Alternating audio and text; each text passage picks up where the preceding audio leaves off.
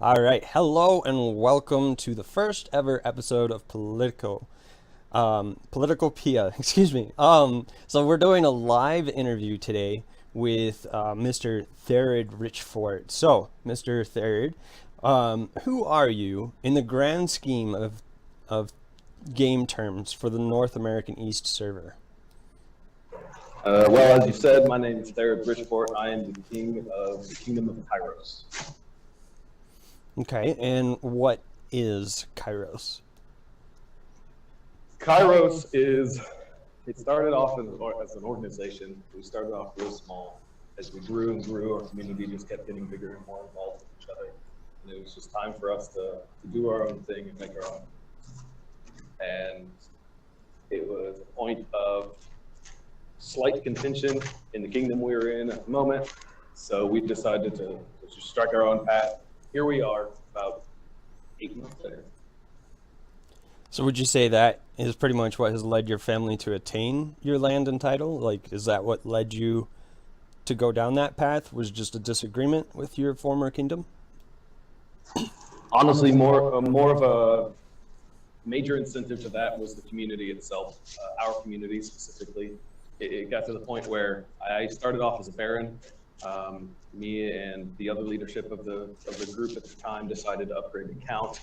We grew bigger. We didn't have enough space in one county, so I upgraded to a duke. At that point, we got bigger again. We made the switch to a kingdom, moved on our own, and at this point, if we get too big, I don't know what I'm going to do. So we'll figure it out. All right. Presently, what are your viewpoints on the presently undiscovered lands as far as like where we're headed here in Illyria?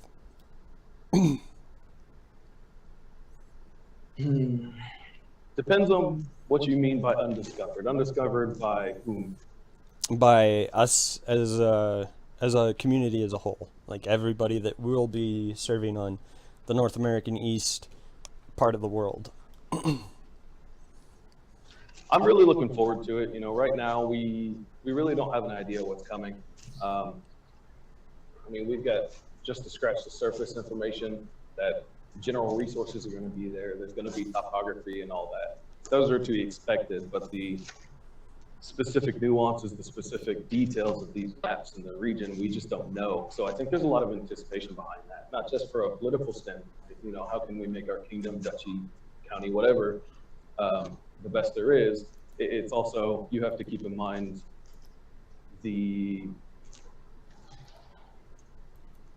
just the information behind the scenes, you know. Are we going to use these resources? Is somebody else going to use the resources? Is this something that we want to prioritize? What kind of land do we want? Do I want mountains? Do I want rivers, lakes? Do I want to be oceanside? You know, all of those details are ringing around in everyone's head. Anyone that has any kind of land is interested in this. Anyone that's not is still interested in it because they're going to be living on somebody's land. So I think this is probably in the top 5 of anticipated information that the community is looking for. So speaking of, we just recently found out a lot about the new tribes and such. How do you feel that that's going to shape the political land or the political landscape of the game once people start claiming territories and so forth?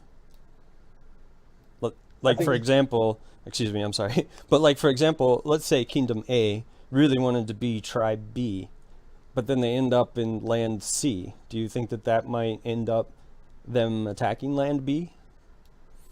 It could, if they feel that the population there is more suited to their needs. I don't know enough game details to know if we can somehow transfer over to a different tribe after we've started, perhaps through just simple genealogy. You know, if you have kids with people enough, eventually that trait is going to pass down to the kids, whatever they're looking for. It could just also anger people. There's a lot of spiteful people in this world, and if Kingdom A wants that tribe and somebody else gets it, it could just be, you know what, I can't do what I want, so I'm going to ruin your game experience too. I hope it doesn't come to that, but I've seen it happen. I know other people have as well. So yeah, I think some cases of that can be expected. Do you feel that those kinds of spiteful people might try to be unique with it, like say,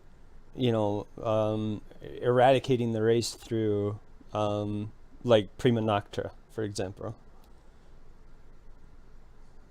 Well, I'm actually not familiar with that. Care to explain what it is? Oh, sure. So Prima Nocta was a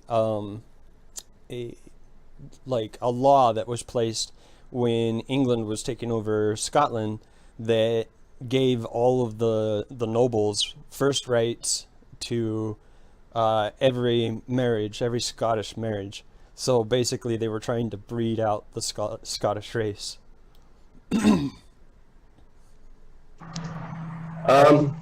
Yeah, I mean, I could definitely see something like that happen. I think that there's going to be a lot more straightforward, just eradication tactics.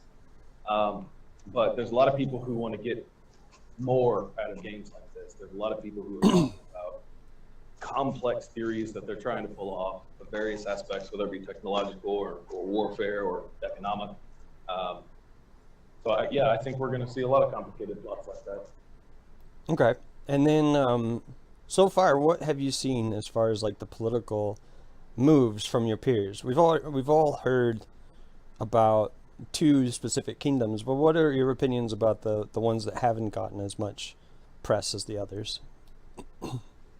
There are some that tend to lay in the background. I know Law 64, he's expressly told many people he has no interest in recruiting people. He's just going to sit in the background, and once game starts, it's just whoever's in his kingdom is in his kingdom. So we don't see a lot of traffic there, but we see some traffic in like Belitherus's kingdom. He recruited a lot of people before he ever announced his kingdom. So you saw a lot of foot traffic there. I know some people have left since they joined him. I think pretty sure he lost a duke or two. I know Riftwood had a huge schism about a month or two ago, something like that. They lost about 5 dukes in one day. And all the people along with those dukes. And I know 2 or 3 of those had a pretty sizable community with them, because I used to be a part of them. That was the remnants of what used to be Arthos. Yeah, and then obviously the 2 kingdoms, we all know who that is. He's seen lots of traffic. He's seen people come and go. It's 2 kingdoms. I don't think we're worried about it too much. But we've had people leave ours too. We actually had one of our own, Ileana, can't remember her last name, sorry. But she created Paranor and moved west. So we've actually seen movement like that of ourselves, to where somebody just decides, you know what, I'd rather have my own kingdom, I'm going to do this thing, and they drop off and go their own way. No hard feelings towards her. We did the same exact thing, so I absolutely understand. Yeah, and especially this early, there's probably going to be a lot of that kind of movement. So speaking of movement, a lot of attention has been played towards the kingdoms. What is your opinion about the mayors and baronies and the counts themselves? Like, how do you think that they are going to shape the political landscape? A lot of people discount the lower nobility tiers and even the citizens. It's not just about the kings. Yes, we held a lot of authority, and we're going to be guiding the kingdoms toward a certain direction if we do our job right, and the dukes will do the same thing. They hold a tremendous amount of power and authority inside of an area, but it's the counts, the barons, and the mayors, and especially the citizens who are going to keep these kingdoms running, and I hope people realize that. The higher nobility, there's obviously a select number of them, so I believe that's increasing the demand of them. And unfortunately, I believe that the count level and down is being pushed to the wayside because they're not felt as important. If one county drops off, it's really not that big of a deal to a king. And it's significant, but it's not a game ender for even a Dutch king. But if 1 or 2 counties drop off, that's only 2 people. What happens if 5 counties decide they're disgruntled? Well, that's 5 people, but it's 5 counties. That's a large chunk of a duchy, and even a kingdom level is going to notice it. So yeah, I think that the count level and down is very important, and I believe they're going to be a drastic influence on both the political climate, the economic climate, and the military climate, especially barons. It's their job, and the duke levels. So, yeah, I don't know. I've been pushing for more visibility when the count level and down, and I don't see much response from it, and I hope that's going to change soon. Yeah, we will aim to be doing a lot of that here on this show. So I guess my next question is, like, as the Kingdom of Kairos, how will you handle Cassis Bailey's in between your individual counties? Will you leave that to the duchies, or will you intervene should County A want County B and C and successfully take them through a Cassis Bailey? So this has actually been a topic that's been on my mind recently, and I've discussed it a little bit with my council. For anyone who doesn't know what that is, I've got 5 people underneath me at the moment that help me make decisions, and I bounce ideas off of them just as a sanity check. Yeah, I was talking to them about this. It's really going to be situational. I know that's a generic phrase, but what's that mean to us? Basically, it's one of those situations that if I know somebody is going to be loyal to Kairos and they're trying to step into somebody who's not, I'm likely to support that loyalist. If somebody is just a horrible count or a horrible duke, if they are impacting the kingdom negatively, I'm going to support the person trying to take over. It's really going to be what's best for the kingdom. I feel that I'm fairly good at looking at things objectively. Even if it's a friend, I have no problem telling them, look, man, you're probably better suited over here. I got a job for you, and I'll replace that talent. I don't want to lose an asset, but that asset might not be best in the spot that they're in currently. And that's no fault of their own. Maybe they just don't know. So it's my job to step in and explain to them, look, I know you put in you've been putting in the effort, but this is the direction your county's going. This is the direction your mayor or barony's going. We need to see some change, and I'd like to be able to do this without collapsing the kingdom in warfare. Okay. And then, speaking of warfare and such, with the recent skirmishes that have been going on, and that will undoubtedly take place in the coming kingdoms of Illyria and the mud itself, how do you feel like that might shape the political climate going into the exposition? It's going to be a real eye-opener, I believe, because people's true intentions are going to come out. They can't hide it. If they want to do a land grab, well, they have to do a land grab. There's no way to surreptitiously do that. Somebody's going to notice, hey, this county's smaller, or hey, this kingdom just lost an entire duchy. What happened? That's noticeable, and it's not going to be hidden. There's just too many people. So yeah, is the political climate going to change? Absolutely. Is it going to change for the better or worse? Who knows? But I have no faith in humanity, so I say worse. So is there anything else that you would like to add as far as just anything in general with the shape and nature of the game? I mean, it's pretty unprecedented to see this kind of movement in a game that we don't even have the mechanics of yet. It is, and I think that's indicative of the dreams and goals that Soulbound Studio has. They've made some pretty steep promises, and they've come through with most of them so far. They've been a little bit behind schedule, but that's only to be expected in such a project, in my mind. For those who have never worked in the IT field, specifically with software development, this is coming as a surprise to many of them. But I do this every day for a living, so for them to miss a deadline being how new they are as a company, I'm honestly surprised they're not further behind. As far as all of the various features that they've planned on putting in this game, like you said, this is unprecedented. They're paving new ground for this, and if it succeeds, it's going to be ridiculous. This is a niche game. They've described it as such, and I believe it is as well. This isn't going to attract, WoW players, I don't believe. But I do believe it's going to attract a large portion of people from WoW, from people from EVE, other survival games. This is going to attract them all. So I hope to see the player base grow. I hope that Soulbound uses more marketing tactics and continues going to the shows like they did for PAX East this last time and do their little mini games they seem to be fond of, which I think is a great idea. Yeah. So do you have any closing statements before we wrap this interview up? Well, I would be remiss if I didn't do a plug for my kingdom, right? That's right. That's right. Well, like I said, my kingdom is Kingdom of Kairos. We had started as a bank. That was the very first organization in our thing. There was 6 of us.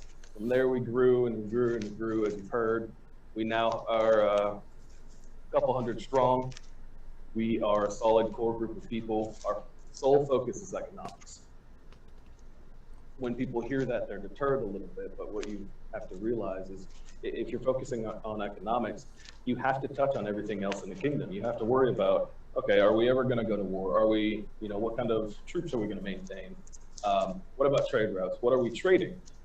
And we have to keep track of what's the supply and demand look like on the various resources that we have at our disposal. It's all things like that our organizational skills and we just plan things. And that's all there is to it. In my mind, that's all that's necessary to make a group successful. Proper planning and coordination. And that's what we are. Okay. So one further follow-up question to that then is, speaking of cooperation and coordination, do you foresee any kind of great works projects, such as like the Great Wall of Kairos, for example? As a kingdom undertaking, maybe. That would entirely depend on the resources available and necessary in order to do something like that. We do have plans in the works to do, globally known things. I'm going to keep those to myself at the moment, just because they're not fully planned out. We don't know for sure if we're going to do them or not. But from the kingdom level, that's a big maybe. From the individual level, perhaps a count wishes to have, some massive monolith in their county for whatever reason. If they wish to do something like that, then they can go right ahead. And I'm going to encourage my community to do stuff like that. I think that's going to promote tourism. It's going to promote the economics in that local area. And it's just good all around. And it's something to brag about. It's like, hey, I built that. That's cool. Okay. I guess that's all I truly have for today, but we'll definitely touch back with you once things get rocking and rolling here. Pretty soon, I believe we have the land selection, and then followed by the Illyria mud, if I'm not mistaken. So there's definitely going to be a lot more political shaping coming up here real soon. And we'll go ahead and wrap this up. Please tune in next Sunday for the next episode. We'll be interviewing a duke or a duchess, depending on the nature of that. So again, thank you, Thared Richfort from Kairos, and that will be all for today. We'll join you next time. Peace out. Thank you.